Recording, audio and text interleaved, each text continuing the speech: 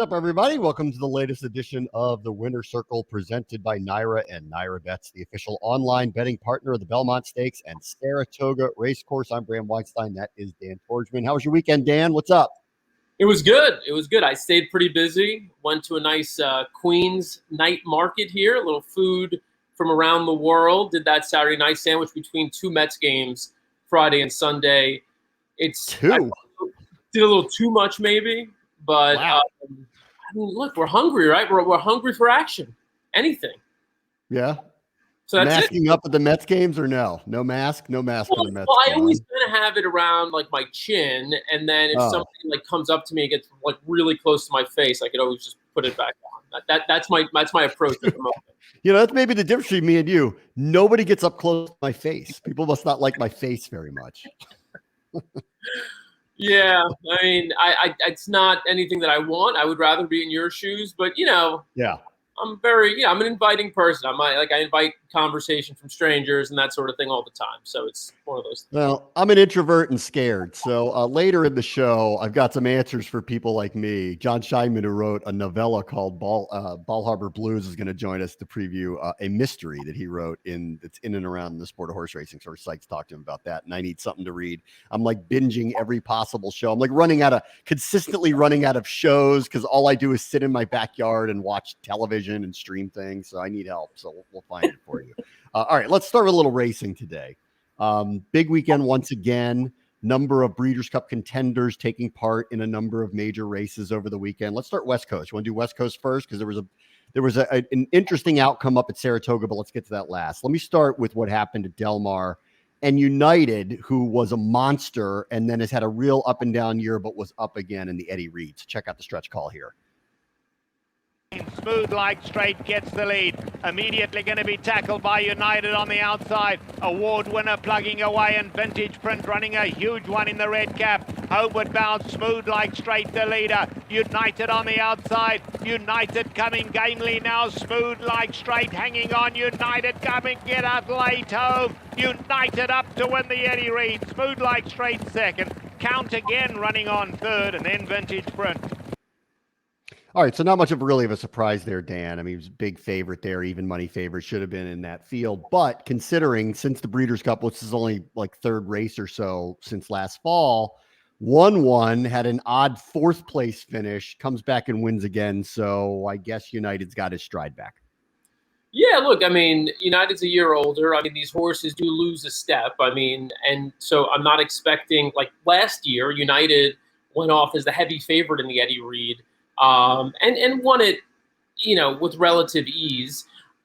This year, I mean, you have horses like Smooth Like Straight who are improving. And, Smooth Like Straight, when that horse has his way on the front end, he's super tough. When he gets some pressure, he's vulnerable. And so, look, it's still sort of relatively early in the season. I think you expect to see both of them get at least another start, maybe two between now and the Breeders' Cup. And, I think both of them are pretty viable players moving forward if you're talking about the Breeders' Cup. Yeah, I mean, with United, this horse has the propensity to be a huge runner, but just been up and down. So I guess I'm with you. I want to see what happens next. He was a heavy favorite here. Where's he go next? What is it? But he should be a favorite in almost any field. It's just been the results have been a little wonky here over the last couple of months with him. Yeah, I mean, look, it's hard to maintain that sort of consistency. Maybe when you're peaking or you're at your prime as a horse. I mean, you can even look at it with the 3-year-old male division. I mean, look at a horse like Essential Quality, who's been nearly flawless, but on the off day, you finished third in the Derby, right? Or was it fourth in the Derby, right? So, look, they're horses at the end of the day, and trips make everything, right? So if you have a bad trip on a certain day, if you're not 100% cranked up, you're going to have you can lose. And so with United, for example, like I don't look at anything he's done, his inconsistency. I don't see that being necessarily a byproduct of him like falling off a cliff. I mean, I think it's just, I think there have been reasonable excuses for him. And I think he's generally shown up with his race. And I think he's still a quality horse. Yes, I agree. All right, let's get to the San Clemente Stakes. There was somewhat of an upset there. I don't know if massive upset, but major upset. There was an interesting move that occurred in it. So check out the race from Del Mar, the San Clemente. Order now, 3/8 of a mile to go in the San Clemente, and Nimbo Stratus continues to lead it. Equilove comes under pressure from the second spot. Here comes Pizzazz to take them on, and running on strongly from behind now is Madon Extreme outside. Madon and looking to get through is Going Global. Going Global going to squeeze through down at the rail. Going Global sees daylight and takes off. On the outside, Madon's making a race of it, and Tetragonal between them. Madon on the outside going to outrun Going Global, and Madon has won the San Clemente. Madon wins it. Going Global was second, Tetratogonal finished third, and Karakatsi was fourth. All right, so this is rare that I get to say this, but there were two unbelievable moves in this race, two of them. I mean, Going Global looked like he was completely squeezed. Madon made an outstanding move on the stretch, really came up fast, really gave him his only shot to win there. Going Global, squeezing through the way he did, it's amazing he ended up not getting there, but maybe there was just so much momentum with Madon. It was just a great move early. Yeah, I mean, I thought we're Going Global. Look, horse went off at 2 to 5, had maybe a slight excuse for me. I didn't think that it was an impossible trip at all. And what Madon did, making that wide sustained move, was visually super impressive. But you're right. You know, it's rare that you get to see two horses kind of moving at full speed, kind of hitting their stride as they approach the wire like that. And you get those, you know, because really the rest of the field looked they were slowing down. Madon and Going Global were both really just picking up their stride at the right time. And it was an exciting finish. And Madon is one to really moving forward that I'm interested in, maybe a little under the radar coming into this one, even though it previously won a graded stake. So, but yeah, I didn't think there was enough of an excuse for Going Global at 2 to 5 to lose that race, which makes what Madon did even more impressive, especially considering the wide rally. Yeah, I mean, like, you know, both of them were pretty far back in the pack as they took the back turn, and both of them made pretty strong moves. Going Global couldn't quite get the momentum he wanted because of his positioning, and so I give Madon and the connections there a lot of credit for taking a shot, which often feels like a little too early to take that shot, but saw the opening, had to get ahead of him, and had to figure Going Global would find some space, and he did. It's a great ride, really. I mean, I think from both of them, honestly, great ride. But like for Madon, outstanding timing and outstanding move. Yeah, no, I'm totally with you. And look, Madon is not a slouch by any means. She won the Senorita Stakes in May, which is a grade 3 at Santa Anita. She was in the Breeders' Cup Juvenile Fillies Turf. Didn't run well that day. But there's plenty of upside there. Simon Callahan does a great job with these kinds of horses, late 2-year-old season, early 3-year-old season, and then kind of developing them along the way. These are, you know, familiar connections. Kaleem Shah, you know, Dortmund fame a couple of years back. So Madon is one who's a serious player moving forward. Yeah, absolutely. All right, let's go cross country. Let's go to Saratoga. What happened this weekend? Malthaat was 5 for 5 coming into this race over the weekend and suffered a first loss. So check out the stretch run here. Quarter mile went in 23 and 1/5 seconds in their midway up the backstretch. And it is Malthaat with the lead here. Malthaat 3/4 of a length as Clariere now moves into second. Maracuja has dropped back. Rock, paper, scissors is down at the rail. So Malthaat is challenged here by Clariere after a half mile in 47 seconds. Malthaat with a head in front. Clariere keeping up the pressure on the outside and now getting closer. So it's Malthaat and Clariere, and they are heads apart as they race around the far turn. Maracuja is in third. It's Malthaat on the inside, Clariere on the outside. 3/4 went in 1:11, and Maracuja is now making her move on the outside. So it's 3 of them across. Malthaat, Clariere, Maracuja on the outside, and there's 3/16 of the finish. Malthaat digs down at the rail. Clariere's in between horses. Maracuja on the outside. Now a furlong to the finish in the Coaching Club American Oaks. It is Malthaat. Here's a new challenge from Maracuja on the outside. Malthaat and Maracuja, they will battle on to the finish in a terrific rendition here. And it looked like Maracuja got it, pulling off the upset over the odds-on favorite, Malthaat. The time was 1 minute, 49 and 1/5 seconds. All right, two tough horses there. Short field.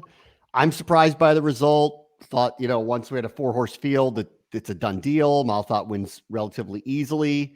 And even with the move, she got what I thought was a little too wide, but made up for it. And a lot of fortitude by both of them there down to the wire.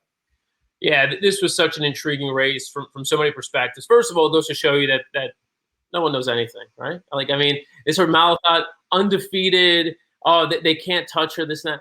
You throw all of it out the window, especially going into the day. As a lot of people are like, oh, you can't even bet on this race. Sit out the pick 5. Pick 5 ends up returning $30,000. Okay, that's for one. The other thing is like this was I tweeted about it right away. This was a complete masterclass by Ricardo Santana. The riding job of the year. Literally the best ride I've seen all year. And it was classic. So we started the race a little bit early, that playback, and we started a little earlier for a reason, because we wanted you to see for a moment when we started from the beginning, but Maracuja and Santana went from the gate. They pressed Malthaat and then took back. So put a little early pressure on, make sure Malthaat, retained her rail position with Johnny aboard. And then when she took back, you had Clairiere do what she needed to do, right?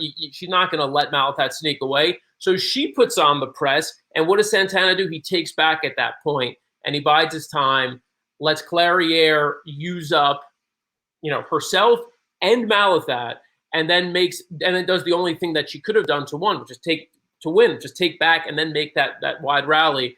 I thought it was a spectacular ride by Santana. Best ride I've seen this year. Best ride I've seen that I can remember in recent memory at all. And if anything had happened differently, had Maracuja not pressed early, had she not taken back, and had Clairiere not pressed, Malthaat probably wins that race by 10 lengths. So that was all about the way that race unfolded. And Ricardo Santana, just an absolutely spectacular job there riding Maracuja. So you want to sign him up to host a master class? That's what you want to do. Master class. Yeah, Santana, yeah. Ramsey followed by Ricardo Santana Jr. Yeah. I think I agree with you. It was incredible game plan. You can execute it when there's 4 horses in the field. That's part of this too. I mean, honestly, you could sit there and say, let's do something like that. Give me a break. Good luck doing that when you got 9, 10, 11, 12, whatever it is, horses in the field. Say you're going to get out to the front. You're going to force this. You're going to bring this up. So, but they executed it, and still Malthaat was right there in the end. So they got it right, and all you got to do is get it right barely, and they got it right barely. So good for them.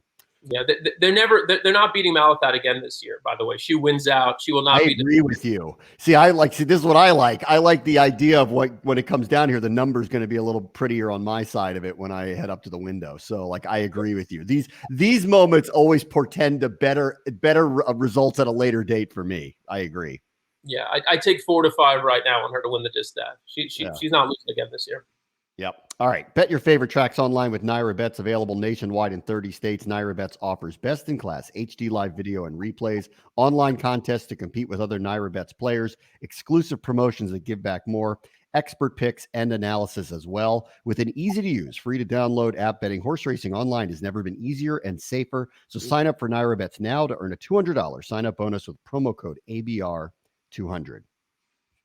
And welcome back to the Winner's Circle. I'm Bram Weinstein with Dan Torgman. We're presented by Naira and Naira Bets. Let's welcome in John Sheinman, who wrote a cool new novella called Bal Harbor Blues that is focused on the wonderful sport of horse racing and the seemly underbelly that can be involved in this sport at times. Hey, John, how are you?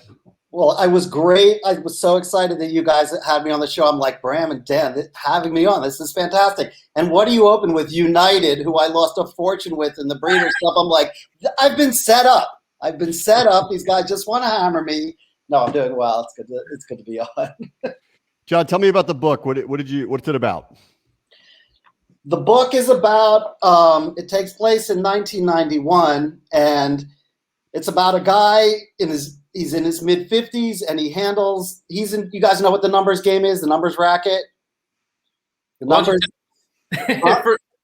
For those innocent listeners here, why don't you tell us? The numbers has been around for a very long time, and it was lottery before lottery existed. It was organized crime, particularly Italian families throughout the country would run lottery games in predominantly poor neighborhoods, and it was a 3-number game, and they, and people would collect the numbers and their money and bring it to the mob. And then at the end of the day, they would look at the final race at whatever track was running in New York, and the last 3 numbers on the Daily Double would be the number. So everybody knew it was legit because it was tied in. And organized crime in New York, and in mostly throughout the country, but it's different families that ran this, organized crime literally funded legitimate businesses that they came to dominate strictly through running the numbers. That's how much money they were making in these communities. So that's the numbers game. And in my book, it takes place in 91. It's just when New York State begins to get really deeply involved in lottery, to the point where New York literally had a game called The Numbers. So my mob boss, whose name is Louis the Finger, decides to get out of the numbers and move into crack, because that's when crack began to arise in the country. Crack became a big problem, and a little prostitution too. So he calls up my mob guy, and he goes, who handles his number. He goes, "We're taking you out. You're done." And because the guy doesn't want to do crack. He's got this whole relationship with his community with the numbers, and he's going to kill them all with crack. He's not going to do it. So he's got some morality to him. I won't go too deep into it. I won't go too long. So they retire him. He's been a great mob guy. They retire him and his wife to Eleanor, to Florida, to a high-rise apartment, like a glitzy joint in Bal Harbor. He's in his mid-50s. He suddenly has nothing to do with his life. He has no purpose anymore. He's out of New York. He begins to drift. He begins to slide. He begins to drink. And his wife, who they're both deeply devoted, begins to make forays into the Miami underworld to create a crime to help her husband get his mojo back. What a nice woman. Create a crime to help her husband feel better about himself. And that's great, right? We all want a wife like that, right? Yeah, honey, what are we doing later? What crimes are we committing? But yeah, that's the world they live in. So they're lovable characters, but they're still criminals, and they still hurt people. And so you bring in Gulfstream and essentially the tracks from South Florida into this story. So the guy, I won't give it all away, but the guy's father, and a lot of it is jumping back into looking into his past. His father was a race fixer at Jamaica Race Course. That's what this guy's father did. So that element, and the families used to winter down in South Florida when he was a little boy. All these mob families would be at Hialeah. That's how the book, opens. The mob families he's remembering back in Hialeah when he was a little boy, and then his father was a fixer at Jamaica. So the guy's wife creates a crime at Gulfstream Park. And I don't know how much I should say here, but the crime is predicated, and I got really stuck writing this book and put it down for a long time. And then this came to me. This is what because I didn't know what they were going to do. I love the couple, but I didn't know what they're going to do. And then I said, "Oh, I know the crime." And the crime is based on a crime that took place in the 1980s at Royal Ascot. I stole the crime. Dan's dad wanted to be a race fixer back in the day. Wanted to be. Look, for those listening and watching as we're streaming live here on a Monday morning, and we're saying, you know what, like, I'm not too big on fiction or whatever. Let me tell you, I read some of the endorsements, some of the editorial reviews on this. You got Andy Beyer, you got Jerry Eisenberg. These are racetrackers, right? So if these stories are resonating with them, if this story as a whole resonates, that's all I need to know. I mean, that tells me all I need. Well, so I had a few people read through this book. Eisenberg, who's he's a hero to me and a great friend. And he loved it. And then I run it by Beyer, who is one of the toughest characters you ever want to meet. He calls me up and he goes, "John, I'm sitting on my couch right now and I'm halfway through your book and it's like reading Damon Runyon for the first time." And I'm like, "This is fantastic. Oh my God." He calls me up the next day, different tone. He goes, "This book reads like it was written by someone who doesn't know anything about horse racing." I'm like, what happened, Andy? What happened? And then And then we went through the crime and the betting aspects of the crime that takes place at Gulfstream. And Andy was right. I had my numbers all wrong, and I had a lot of stuff wrong. So I figure I'm getting this close to getting it to the publisher, and in reality, I've got to rewrite. So I went back on Andy's advice, and I did all this work to make this thing much more accurate and much more, much more believable for super nerds like us who really follow racing and would, like somebody who actually knows how betting works. I needed to make it foolproof. Yeah. And I hope I'm not rambling on too much. I come from a journalistic background. I mean, you guys know. I mean, I've been in newspapering and covered racing for years. My facts have to be right. That's right. Right? So it's got to be right in fiction too. It's got to read believable. So it was a great piece of advice by Andy Byer to help me out there. John, it's a pleasure having you on. I assume you can get the book anywhere, right? Bal Harbor Blues. Look, here it is. Here it is. Wow. It's the on. book is available. Read through the internet. The book is available on any major book site like Barnes & Noble, Amazon, all the decent sites. I'm trying to get it into South Florida bookstores. I don't know why they're not responding to me, but I will literally drive down to Florida and go, you guys need this book. It's in your wheelhouse. It's because Louis the Finger is talking to the bookstores and telling them, don't I will take send Louis the Finger over there if they don't carry the book. And see. Louis the Finger should meet Dan the Tooth Torchman. Oh, I don't think John knows about the tooth, but that's for another show. I want to say, before we let you go, John, I think you yourself are just as much the story here and the reason why people should go buy this book, because I find you as an individual fascinating personally. You're a two-time Eclipse Award-winning writer, for those who don't know. We mentioned Andy Byer, one of those Eclipse Awards for a feature, a really just incredible piece of writing on Andy Byer. I was reading yesterday in your profile that you started at The Ring. Your career started writing about boxing. How did that happen? Just give us a quick evolution of John Sheinman here for the viewers who don't know. Okay, I'm a bit older than you guys. So I come from the era where boys on their bedroom wall have a picture of Farrah Fawcett Majors. You know Farrah Fawcett, right? I mean, that's who's on boys' wall. I got a picture of Bert Sugar on my wall. That's what I'm about. Hopefully not in a bathing suit. Yeah. No, he wasn't. It was hat to here. That was it. So I'm muddling through American University for 5 years. I'm driving a taxi on Long Island. I'm into boxing. And my grandfather, I wish I could talk to you guys more. My grandfather was involved with Jewish mafia. My family we ran liquor down from Canada. Yeah, man, Bram, I'm telling you. My grandfather was tied in with Meyer Lansky, where they won't give us the whole story, but yeah, we were in all this stuff. This is like how a lot of this book comes to be. But he would take us to boxing matches. The first fight I ever went to, I'm ringside for Joe Frazier versus Jerry Quarry with Joe Louis as the ref. I'm down with boxing, so I'm in Washington, moving back to New York. Because school's out, I'm going to go drive my cab. I call Ring Magazine to transfer the subscription, and I go, and the voice picks up. Yeah, what do you want? And I'm like, I'm calling to transfer my magazine subscription back to New York. Let me handle it. Those guys back there don't know what the hell they're doing. And I'm like, I look at the picture on my wall, and I put my mind back in the phone. I'm like, Bert Sugar? He goes, yeah, it was this. I go, I want to work for you. And that's how it went down. And I literally hounded him until I finally got my foot in the door in an interview and I got hired. And and it was amazing. And that's how journalism started for me, was in Ring Magazine. And it was crazy town, but it was phenomenal. Very cool. John, good luck with the book. Thank you so much Thanks, for coming on fellas. today. It was great having you here. Okay, take care.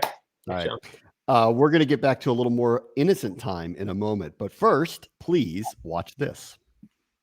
No sport in the world brings the wins home like racing. It's one-of-a-kind, high-speed, high-stakes action, and Naira Bets takes you there. Place your bets and watch the races live from anywhere. With Naira Bets, make easy, secure deposits and promotions every day to earn reward points or cash. Download the Naira Bets app or visit NairaBets.com.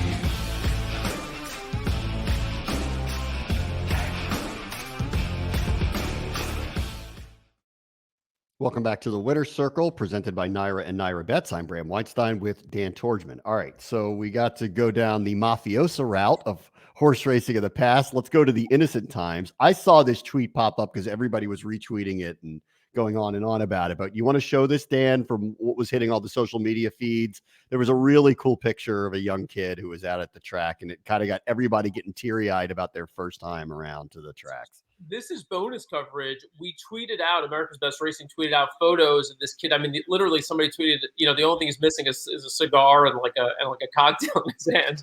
This kid at Saratoga, first day at the track, dressed to the nines. But we tweeted the photos, and that provoked created a strong reaction. This is the bonus coverage. This is video of him watching a race with his dollar win bet in his hand. So let's take a look at this. Come on, go, go, go. That's right. Outside, his judge and jury so far. Extremely before the early days, Big Bobby was running in fifth. That was going on the outside at sixth. Tommy Potsy's next in seventh, and Troubleshooting is the early trail. Little Todd Fletcher. There he is. He's ready to go. Or little Meyer Lansky. We'll find out. I love that kid. That was so cute. If you haven't seen the photos, check out Twitter at ABR Live. I mean, some of you are watching this stream now. It's at the top of the feed. It's pinned. It's great because, as you mentioned, not only is it these really just adorable photos of this kid, his first day at the track, it also inspired a lot of people to share their stories of their first day at the racetrack. Yep. Well, I mean, I had this one. So, this just happened like about a week and a half ago. We were talking last week that I'd taken my family to Saratoga for opening weekend. And it was like, it wasn't the first time. That's my son, Archer. It wasn't the first time that he had been to the track with me, but this felt like the first real coming out to like a really nice, cool event. I got him to wear a nice shirt. I put on a jacket. We did the whole thing. He actually, like little Todd Fletcher over there, won a couple of bets with me. So he was like really into it. And so I don't know. I'm with you. I hear you. Like, it means something to me too. It's like mattered for me as well. That's my daughter, Alex. She was there with the hat and the whole thing too. So it was a really cool experience for us as well. Did she get into the betting? Was she waiving her ticket? Nah, I mean, well, fortunately for her, there was a horse in the first race that we got there that we could wager on. One of the horses' names was Baby Yoda. And, she's into Mandalorian. And so she's like, I like Baby Yoda, and Baby Yoda won. That's awesome. That's awesome. So, one way to hook them. Yeah, exactly. Yeah. But I mean, like, for me, and I've talked about this before, and I know you feel the same way because you have the same relationship that you have with your dad. Like, my father taught me how to read a form before he taught me how to throw a ball. So like, it's always kind of been ingrained in me. And then as I got older, I wanted to share the experience with him. I mean, some families, I think, use golf or they use other things to kind of stay connected to one another. Horse racing is what kind of kept me and my father connected. And I actually wrote about this for ABR a week ago about off of this experience of going to Saratoga, like whether he's really, really into the sport or not, I am. And therefore, if he could have this link with me, it's a way for us to be together and share our lives. And so we got 25 minutes between races. We could look and pick a horse, but we could also talk about what's going on in our lives. And that was important for me with my dad, and hopefully be the same for him. And my dad and I had like, as I got older, I got him involved in like some low level syndicates, and then we'd go to like some major races together. I'm hoping my son becomes Meyer Lansky, gets real rich, and we go win the Derby together. We stand in the winner's circle. That article that you mentioned, if you haven't read it, check it out. It's at americasbestracing.net. Really, really good piece by Bram. And, again, it speaks to that bond and that connection that we make through racing. And also, if you haven't commented and shared your favorite, your story about how, you first got introduced to the track, your first day at the races, comment on that post on Twitter. Lots of people sharing photos from their first day at the track, which I think is cool too. I mean, if you had photos of that, obviously now it's so much easier for a kid like that kid, right? To have a photo or have a video memory of their first day at the track. Whereas our first day at the track, unless we literally brought a camera with us and developed the photos later and then save those photos, we probably wouldn't have those photos. So it's a lot easier to kind of keep track and preserve a memory of your first day now. But yeah, anyway, the memories we have up here, obviously are still count. And I'm with you. I mean, it's just one of those things where, you go to the track, you go with someone, who's, I was going to say looking out for you, but somebody who's, who wants to share that with you. Yeah.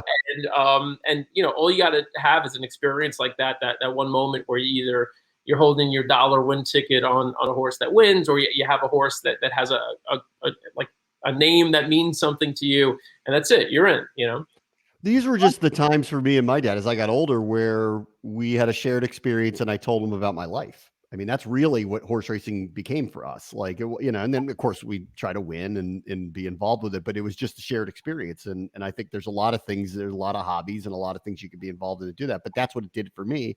And so that was important for me to take my kids and show them this, and it's important for me. And hopefully, I think more than anything, it's just let's have shared experiences together, and whatever your likes are, I'm going to be involved in them. And I want you to understand that, this is something that's important to me, and it's a time that we can just spend time together. I think that's more than anything, the experience I had. And then when I was little, like what I really think back to was, when you're little, when your parents take you anywhere at night, it's like a big deal. And my father would take me to Rosecroft Raceway, which was Trotters out in Prince George's County in Maryland. So anytime it's like something starts at 7 o'clock and you're 8, you're like, this is the coolest.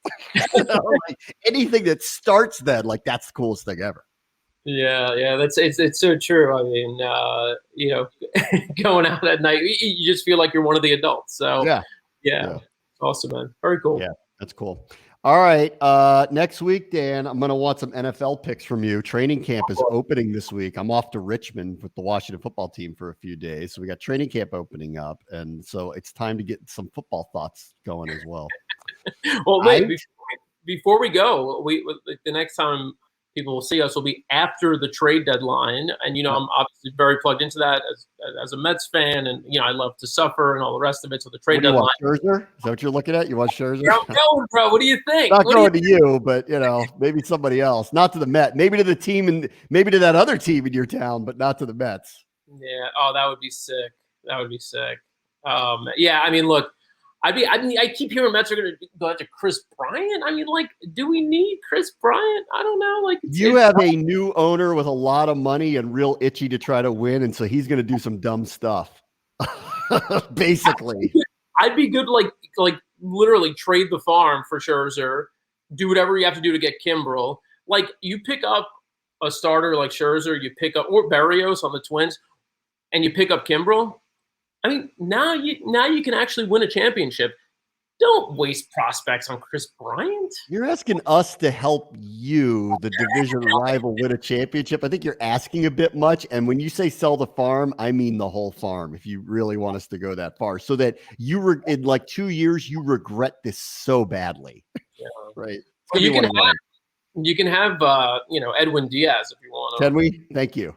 You can have Jeff McNeil if you want. I'll take that Alonso guy. I like him. I'll take that dude. No, we're keeping. Yeah, keep that guy. All right, Dan, have a good week. I'll talk to you next week. All right. This has been the Winter Circle.